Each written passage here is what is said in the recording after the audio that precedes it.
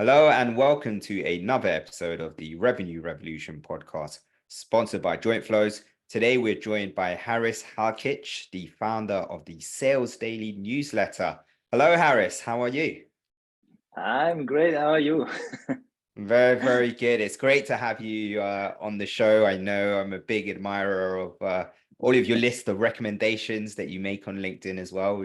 We've kind of decided that if we make it onto one of your lists, then you've broken into the big time. So you're obviously doing something really well. Thank you for joining us. I think a good starting point for us is always to understand a little bit more about your journey, so our listeners understand who Harris is and how you've got to where you have got to. Yes, perfect. First of all, thanks a lot for inviting me to your show. It's really an honor to be one of the guests, especially, I mean, you're already at, I think, episode 50 or something and had amazing guests. So thanks a lot.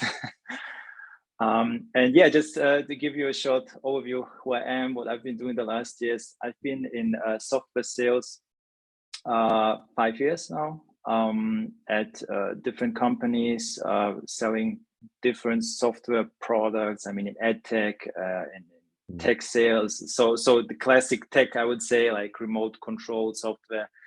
After that, coaching, digital coaching, recruitment services and solutions. So I've seen quite a few, I would say, companies from inside also, and talked to different kinds of stakeholders and buyers throughout that journey. And that was the last 5 years basically as an individual contributor, as an AE. And then what made you, I guess, branch out now? And you've obviously taken destiny into your own hands, and you're now the master of your future. And what made you take that leap into becoming the founder of your own business? I was always someone who was looking for ideas for a side hustle or something just that you can do additionally, or maybe on the weekend or afternoon. And I've tried many things. I've tried building a web shop. I've tried building all kinds of websites with WordPress and print on demand. I mean, many things, and then all of them have failed.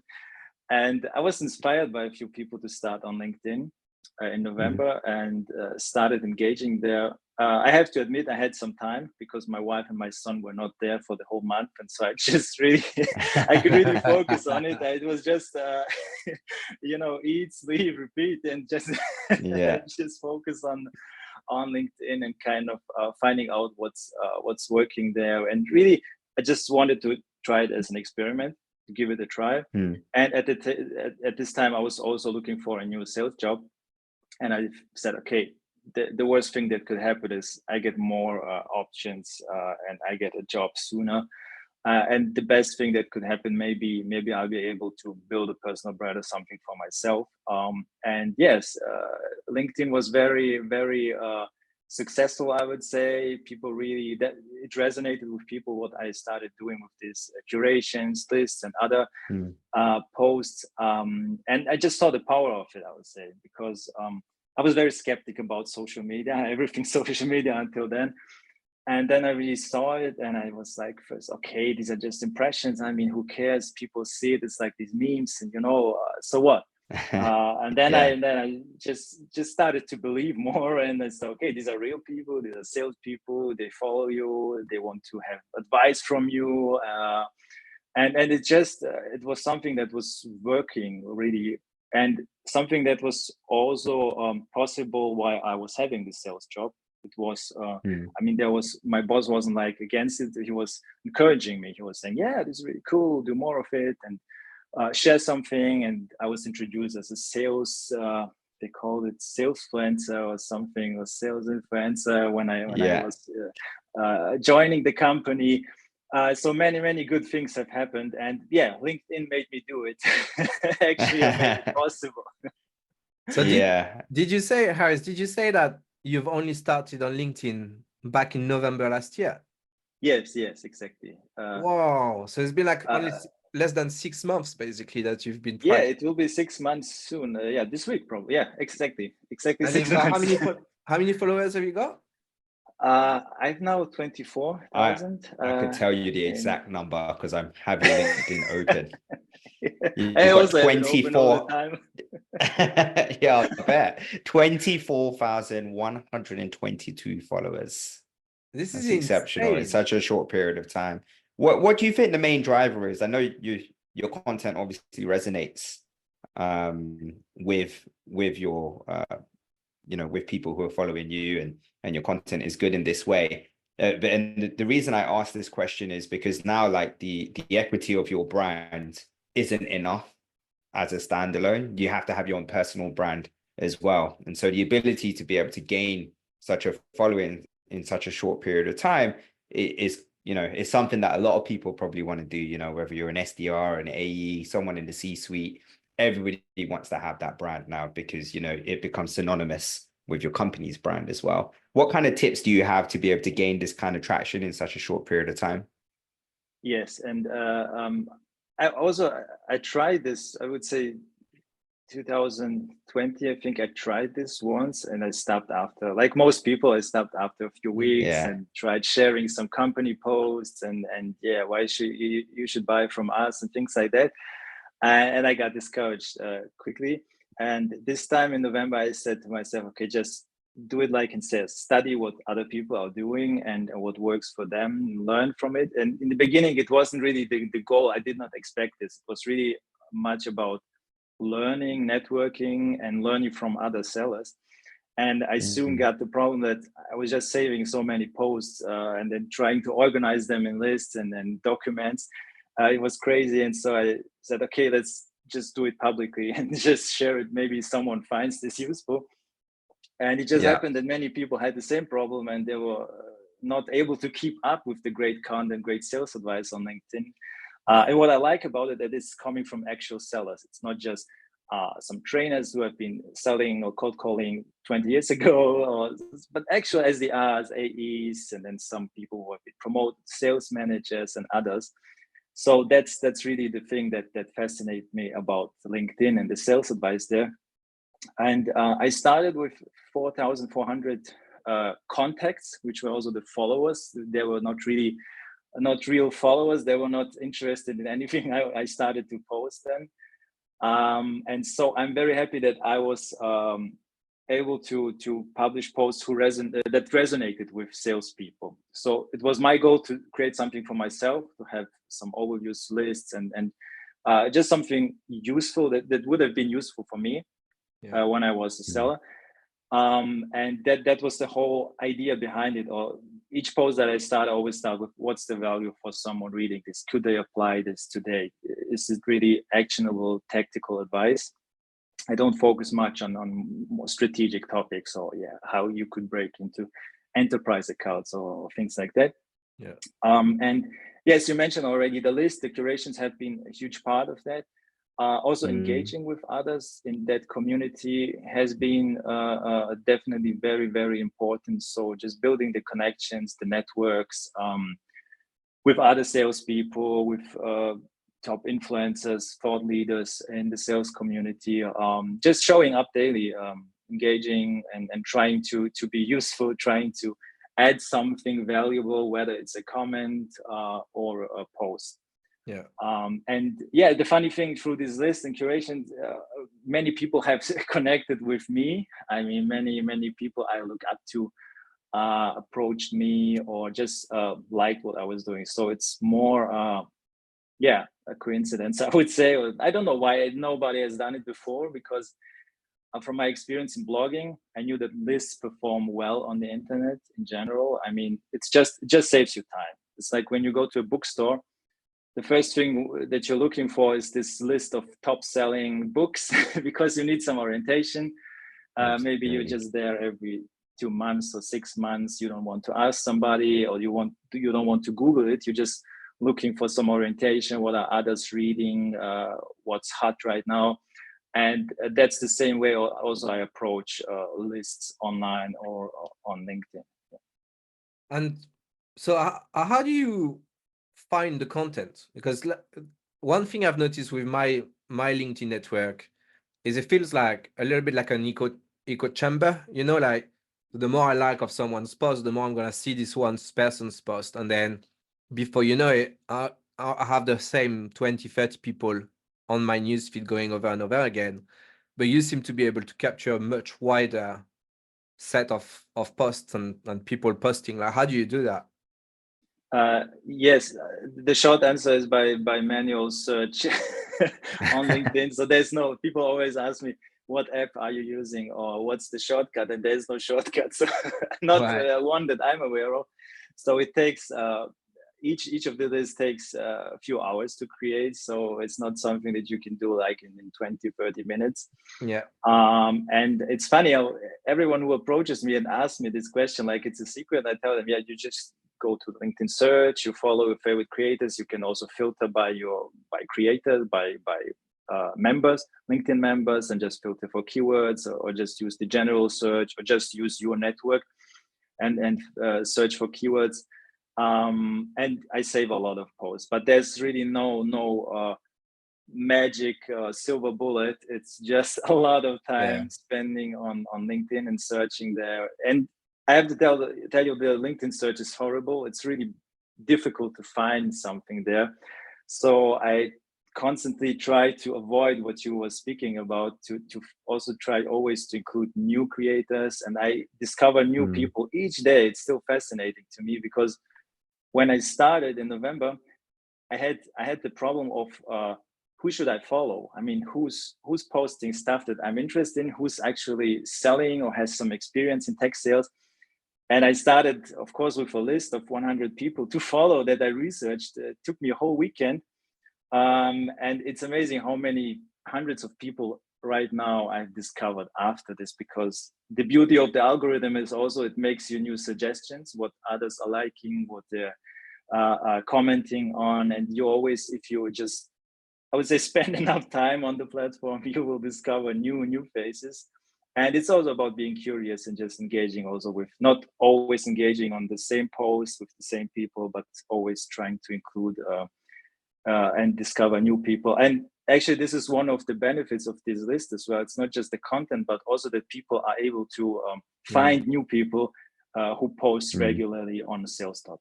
Yeah, no, I really like them. Well, that's how we got in touch, right? I think our podcast was on one of your lists, and then I was like, oh, this is actually really good. And then I started following you, or connected with you, or thanked you, I don't know. And I saw your lists coming up, and then the topics were really clear. And because you kind of you give the name of the person, that one liner about the post, and then the link to the post, it's really easy to skim read as well. No, that's not a topic for me, or this is really interesting. Let me see who's speaking about it. Where do you start from? Do you start from having a bunch of links, you then bucket into a topic, or do you say, okay, I've got this topic, find the content that goes with it? It's basically, I have lists on different topics or files, and whenever I find something interesting, I'll just add it. And when I have maybe 15, 20, then I'll go on a deep focused search to find the rest and find 10 more. And I have my favorite creators who I'm following anyway. And if they post something interesting, I'll just add it. So it's really a mix of everything. Yeah, for maybe someone who's listening also wants to start, lists are not the only way. There's just one format of content that you could use. I mean, I've seen many people work with just sharing their onboarding story, what they're learning each week on their new job, sharing tactical tips like how they book meetings, their favorite cold call opener. I think on LinkedIn, especially in the sales community, what works really, really well is specific advice that you could take to your situation and apply. So not something like, here are my 10 fundamentals of sales training and successful sales trainings, but just here's one thing that I've done in my career that has helped me try it out, something like that. I think that's really helpful for somebody who wants to start. And besides that, being consistent, just doing one thing. I mean, do it for 30 days. If it's posting about the best tactics that you've learned throughout your career, or best ways to get promoted, or you can always share personal stuff, but I always try to focus on providing value and giving people something, or that they're just better off after reading my post than they were before. And sometimes, of course, it's not a fit if you're a kind of inside sales and I have something for closing large deals and enterprise, it's not a fit. But I'm very happy about the fact that 90% of my followers are real salespeople who follow me because of that sales content. They're not interested really in growing LinkedIn to the largest part. They're just interested in sales. And so what you post about, what you are consistent with when it comes to content, you will also attract. So if I would start a post about how to grow LinkedIn, how to market yourself, I would attract much more maybe coaches, founders, marketing people. So your content drives also kind of attracts the right people that you want. Yeah, absolutely. And a question I had was around the monetization element of this. You've obviously amassed a good following. And typically when somebody's building their brand, the monetization aspect really comes as a thought leader, as an expert. And when somebody needs their solution for the company they work for, they think of the individual and they say, yeah, I remember this guy. Let me go speak to him. His product might be able to help me. Now, you're not necessarily working for a product per se. You're sharing insights that are going to drive value for the community, which is a great thing to do. But how is it that you end up monetizing this? Because obviously this is your full-time gig, right? This is how you pay the bills. Exactly. So it started when I crossed 11,000 followers that I got first messages around, hey, would you like to do a sponsored post about our brand? Try it out. And yeah, if I like it, I'll just do the post. And yeah, basically you'll get paid per post on these collaborations. Also right now working on having more long-term collaboration with some brands, but so far it's been really pay per post. So that has been one source of income. I would also say maybe the largest part of it, because as soon as you have certain amount of followers and some amount of impressions, whatever that means, because whatever your audience is made of, because salespeople are obviously they're very valuable for many brands like CRMs, all these AI note taker tools and other things. But I think you could also have something very similar in marketing space, recruiting, HR. This has been a source. Then I'm offering sponsoring in my newsletter. I've started this newsletter around 2 months ago. It's a daily sales newsletter where take the best basically out of LinkedIn and these lists and create a newsletter format that I send to people. Right now it's over 2,000 salespeople who read it daily, and they get some memes as well, some funny videos, kind of to have some entertainment in there. But it's to the largest part, it's actual advice from salespeople that I take from LinkedIn and just kind of put in a format that they can really consume in 4 to 5 minutes per day and then apply. So yeah, this is one source of income, and also kind of smaller things. My LinkedIn course, for example, that I've launched a few weeks ago, where I document this journey that we've been talking about. Yeah. Amazing. So these are the main income streams. Yeah. What's the end goal? What is it that you want the business to represent? Like, where do you want to get it to? So obviously you've done remarkable in the progress you've made since November in a very short period of time. What are you trying to achieve? Where are you trying to get to? Like, where's the point where you get there and you say, made it, we did it, I done exactly what I said I had to do? It's so funny. I saw this tweet a few days ago where they asked founders, when is the time to quit? And then they asked this guy who had 1 million, he said 2 million. Then they asked the guy who had 10 million, he said 20 million. And so on. Who knows? Yes. My main focus is definitely to grow the Sales Daily newsletter into something that's that could really be a separate business based on sponsoring. and also to have this option to launch new things from that. So maybe it will be a paid newsletter, community. I don't know. Maybe it will just stay with sponsoring. I'm not really thinking so much about the end result. I'm just thinking more about the next steps and executing and doing what works and growing. Yeah. And obviously building my personal brand. I think having this personal brand, especially on LinkedIn, gives you so many options. I mean, I've seen people becoming keynote speakers, coaches, starting companies, coaching, training, sales training companies, many different things. And so far, I just want to do more of it and have these options because it's an amazing place to be in. Yeah. Absolutely. So for someone who's trying to build his network on LinkedIn, do you recommend speaking when you post? Do you recommend posting about things about the audience you're selling to, or things about the audience you're part of? So like an example of this is, I'm selling a marketing technology software. Should my content be for marketers, or should my content be for sellers in the MarTech? Yes, that's a great question. That's a great question. And I'm maybe a bad example for that because I really just focus on serving the sales community, and it hasn't been a great help in my former job because I was selling basically recruitment services. It hasn't been a great asset there to book meetings.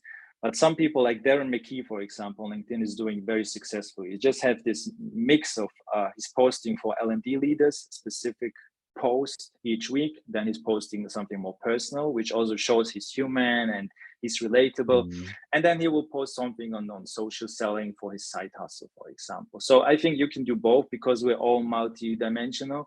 You don't have to just focus on one type of post or one topic. I think it's definitely possible to have both, to build your personal brand and also have specific things about your product and your service. And I think another great example is I think Holly Ellen is her name. She's working for Deal. And she's doing a great job with that. She's always having these videos, what they're doing, how they're helping others, and also she will have kind of personal posts. So you can definitely combine both. And maybe one point that's also important, it's not just about posting content, creating content. What happens behind the scenes, so to say, is also very important. And it's probably 50% or more of the success on LinkedIn. It's the DMs, the conversation you start, who you connect with, the commenting, and just the engaging there, because of course, it's a social network, and LinkedIn wants to keep you there as much as possible, and it kind of works that way. So I would say don't focus too much on content, also because just because you post the greatest sales tactic in the world today, it does not mean it will have a viral effect, because you also have to work on these relationships and just. One thing I think also is a great way that you're doing is starting a podcast to just build your network and get in touch with amazing people.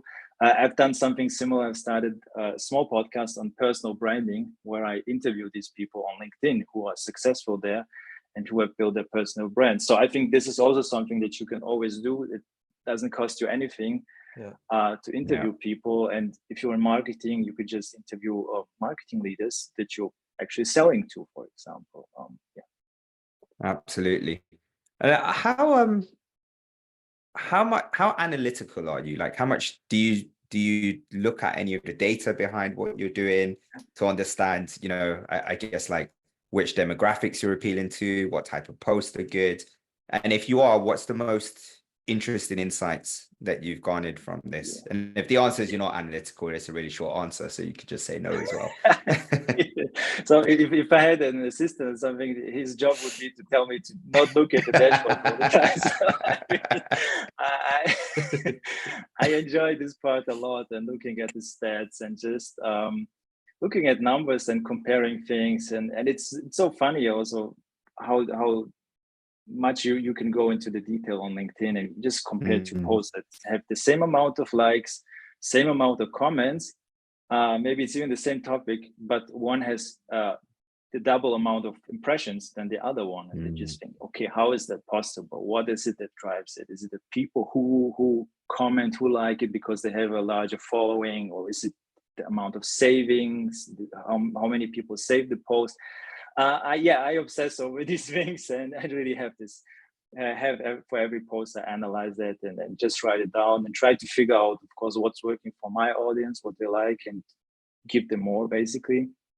And also with the newsletter, luckily that's something that you can analyze to death. I mean, open rates and which locations people are more responding to your message, the times you're sending it out, and yes, so I track a lot of these things, and I think you need to, because you cannot just rely, especially when you're starting with something new, you cannot just rely on gut feeling or what works for somebody else, because your journey will be different, and you cannot just copy what others have been doing and expect same results, because there's so many factors to it: the people you're connected to, what you're doing, the conversations you're having, and sometimes something just resonates and another person will repost it, will comment, and yes, you should definitely try to have this in one file, I would say, and track everything, and just,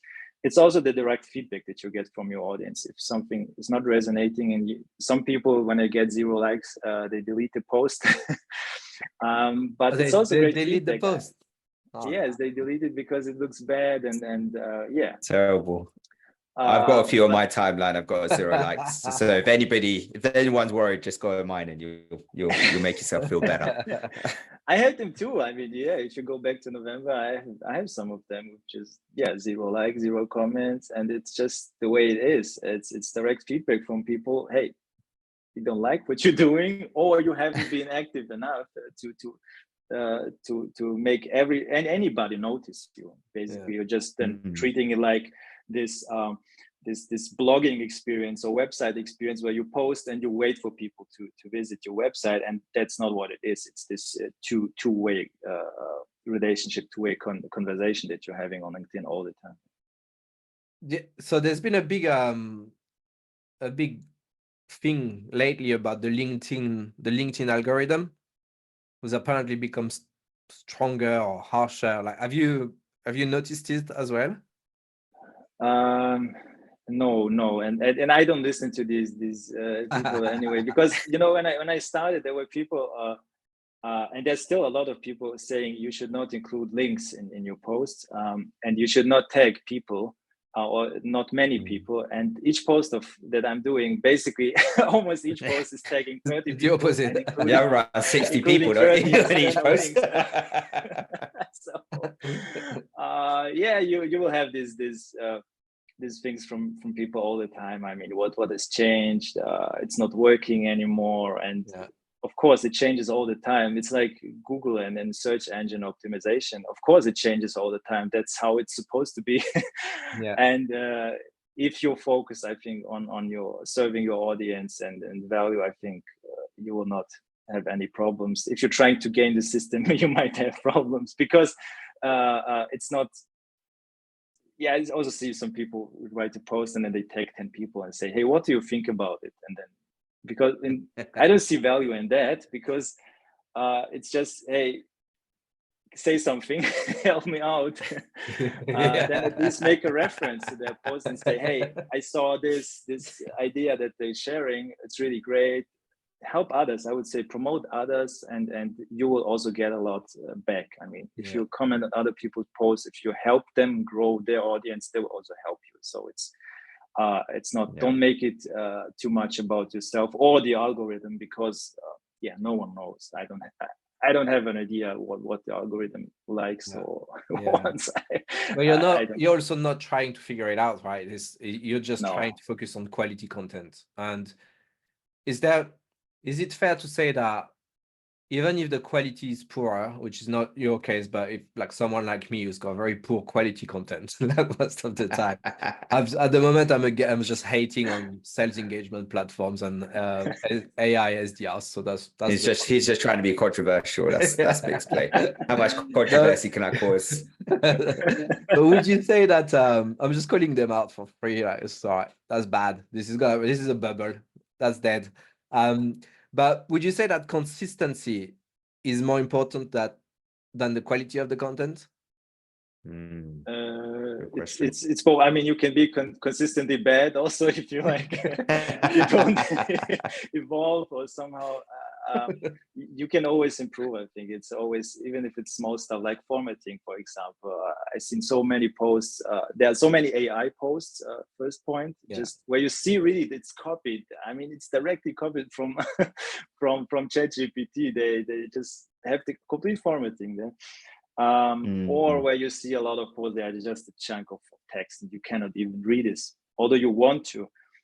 So formatting, for example, is one of these quick fixes that you could always do to make it easier for people to read it. But consistency, if I had to choose one, it would be really consistency, because whether you're kind of trying to entertain or sharing one tip about hiring best salespeople each day or something, just be consistent with it, because there are hundreds, 1 billion people on LinkedIn, right? And I don't know how many, 100 million maybe posting, actively engaging.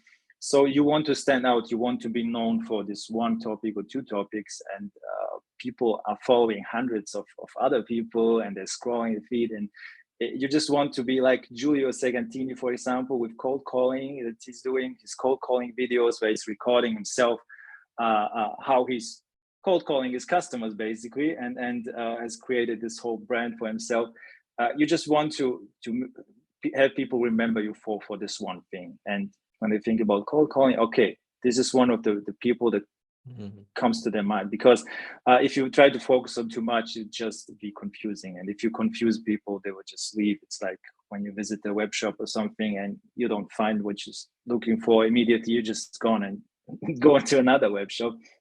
So attention span definitely is something that's really, really important. And it's hard sometimes to be consistent. There's so many things you could do. You could do carousels, you can do this, and then there's video and everything, and someone is posting a meme and getting 5,000 likes and you want to try it out. And so it takes discipline to really be consistent and focused. But I think that's the easiest way, and especially when we look at it from a long-term perspective, because the way I see it, each follower on LinkedIn is like a subscriber to a newsletter, for example. It's someone who has raised their hand and said, hey, I want to receive more of your content. I like what you've been doing. Give me more of that. And now if you change each day your topic or format, they will be really confused. So I think that's definitely the most important thing, staying consistent. I've got, if you don't mind, I've got a follow-up question. I don't know. Sure. I have a choice. Carry on. So we are getting into the era of LinkedIn influencers, but official LinkedIn influencer. You were speaking about it, like you get asked to make a post, and it's a sponsored post. Yes. And on Twitter, on Facebook, you have to disclaim it.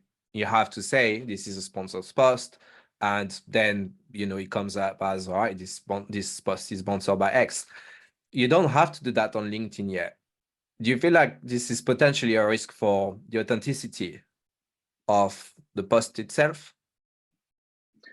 No, because it depends what you're promoting. I mean, if you promote something that you have no relationship with, then of course, I mean, bad product could always kind of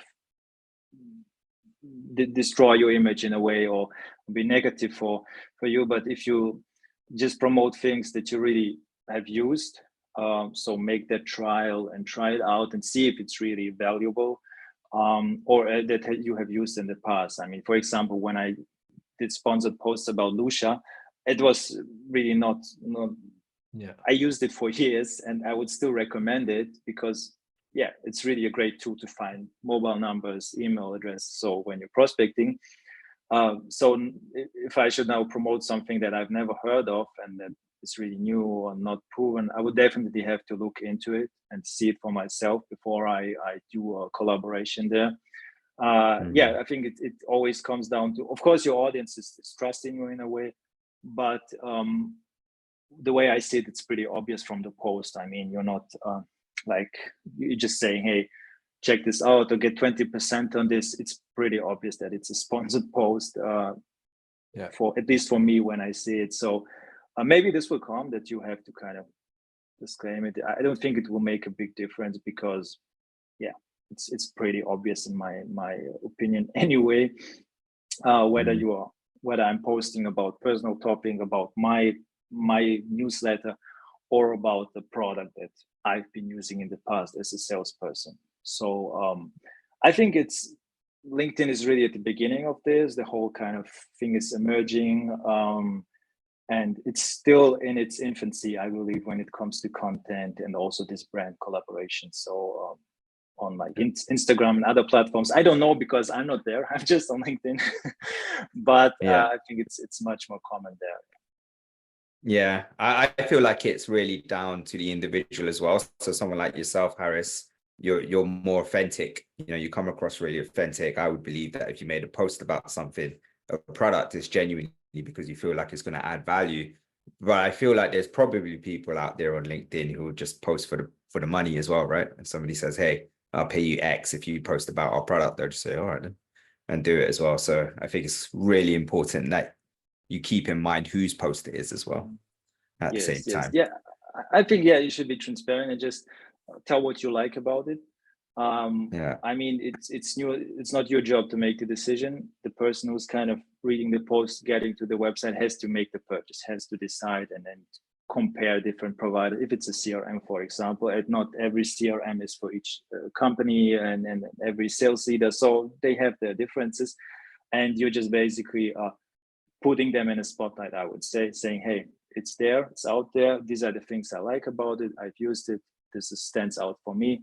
Try it out for yourself. So you're more like, of course you're paid, but you're more like consulting, advising them, hey, there's something out there. You're not telling, hey, if you sign up now, I'll get you free consulting. Come on, let's do it. Let's get this to 100 people today or something.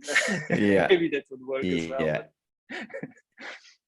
Absolutely. You know, we spoke about consistency, and we also touched on the use of AI or ChatGPT to support in creating posts as well. I'm someone who's started to post more frequently on LinkedIn now, more recently. So I think Mick's been doing it obviously for a while as well. So it takes me longer to curate a post on a daily basis or an every other day basis versus Mick, who's, you know, very used to it now, and he's banging them out like this very, very quickly. My question is twofold. So one is, obviously, as someone who's looked at a lot of data behind posts as well, is there an optimal number of times per week that you should post? Is there like a tipping point where, you know, I don't know if algorithms is the right word, but you start getting hidden away? And then the second part is, you also mentioned the use of AI as well, and how sometimes it can be really obvious. What are those obvious telltale signs as well? Well, maybe let's first cover the first question. How many times should you post? I would not think too much about what LinkedIn wants, but what you can do and what is just possible for yourself. I see some people really being successful with posting once per week, and they make a quality post. They make something about the work. And of course, it takes longer to grow that way, but it's something they can do, they feel comfortable with without burning out. I mean, you can really burn out with this whole LinkedIn thing, and it drives you crazy how many likes, how many comments. And I see a lot of people also stop then after a couple months, even though they get some traction there, because it's just so much work. And the thing about LinkedIn is the more work you put into, the more you will get out, and it's kind of it's I think it's easy really to get overwhelmed with it, and also maybe even burn out. But at least once per week, I would say. if you can do 3 to 4 times per week, it's better. Many people take the weekends off. I now post also on the weekends. I would say whenever you are just not able to do it, then just skip. Better to skip the day than create a shitty post, right? So just something that's bad. Just find your creative times when you can work and where you can prepare something. Some people do it on the weekend, prepare this post for the whole week. Others do it, I don't know, at night or whenever they're ready. The optimum seems to be 5 times per week, what I've seen most people doing. And then on the weekend, maybe something more personal or from your life, maybe your vacation, whatever, personal story. But as I said, once per week can also work perfectly well. Just have this consistency. If you do it 5 times per week, then stick to it. Then don't change from once a week to 7 times a week, and just have this consistency and find your rhythm, see what works for you, and what you can what you can implement, especially if you have a job. I mean, it takes some time. It will take at least, I would say, 1 to 2 hours per day if you want to be serious about it, and just not only the posting, but also answering comments, commenting other people's posts, DMs and other things. So it's not something, I don't think you can do it in 30 minutes a day, honestly. So AI, I use ChatGPT all the time. It's the first app I open in the morning and the last I close, I would say, except maybe LinkedIn. Don't say this to him. Don't worry about it. You're gonna see me use those telltale words now. Boost There's your these performance. words they always use. Enhance. It loves the word enhance. It's a great tool for me. I mean, it's just it's like a virtual assistant basically, and I use it often for formatting, for proofreading. I use it all the time, especially since I'm not a native English speaker, and I always have this insecurity about, okay, what if I have these grammar mistakes? And all the native speakers don't care about it, but I care about it all the time. And what if this is misspelled? So I always do the proofreading, even in comments. That's I use it for that. I very rarely use it on posts. Sometimes I'll ask it to do some brainstorming, give me ideas. I use it a lot for writing hooks or titles, for example, or subject lines for my newsletter, because it's just so much quicker. I mean, if you ask it, hey, give me, these are my last 20 subject lines, give me 30 new that are similar to that based on the topic of cold calling. It's just, you cannot beat the speed there. And you just choose it. Absolutely. What are your thoughts whilst we're on AI content? There's a big bubble which is going to burst, as I said earlier, about AI SDRs, which is essentially a mix of, you build this whole massive pool of mailboxes, and usually you have like 30 Google Spaces with 6 inboxes in each, and then you plug AI to create the content, and then it's literally just like a spam cannon. Yeah, it's so crazy that people still are promoting it and selling it, and I see it all the time on LinkedIn as well. It's crazy. I mean, it's like just spamming with AI, and I get these messages. It's like, oh, you liked this post from Alan on this topic. Would you be interested in booking him? No, I like posts every day and comment on them. It's just, I mean, it's not a signal, you know, that You've missed the point here. And I see actually people even on LinkedIn promoting this and selling their service there. And I think we'll see maybe a real separation between bad outbound and great outbound, and nothing in between maybe. And this is we also see this discussion, SDR role is dead and everything, even outbound is dead. And some, of course, if you just look at these examples, it's easy to say outbound is dead. If that is outbound, it's dead. Yes. Yeah, no, it's crazy. Like we've stopped email sequencing just for that reason, because the yield is too low, and you're fighting against, it's the same content now. Now everybody's using ChatGPT, everybody's using sales engagement platform. you're just doing the exact same game as everyone. So we only do cold calling, and it's working really well for us because there's no AI to it. You know, it's like you're speaking to someone and then you're having a live conversation, and it's whether you're good at it or not at the end of the day. But do you feel like it's our responsibility, and I'm including myself in this group of LinkedIn influencers, extremely popular on LinkedIn, to call this out? Like, should we be fighting against it and call out bad practices, or is it just me? I don't know. I try to always focus on that's just a personal opinion on what is working for others and what they're selling is what they're telling is working, what they're sharing, and also from my experience, what I've seen just work and what has worked in my career. And sequences has never worked for me. So anybody who says I have this magic 10-step sequence, try it out, I'm always kind of, yes, I might even share it because I want to give people new perspective. You know, it might work for the industry. Who am I to judge? Because I've also seen crazy things, like I've seen people cold call, like laid back and relaxed, like they're calling a friend, and yeah, man, come on, really casual, and just book that meeting in 2 minutes. So who am I to judge if this approach is right or not? There are many ways to be successful, I think, but what definitely doesn't work, in my opinion, is this mass approach and just kind of using AI to in a way to fake it, because fake these conversations. In the end, it's the real conversation that sells, and it's this human connection that will be much more important, whether it's cold calling or messaging or because in the end, AI can't close the deal.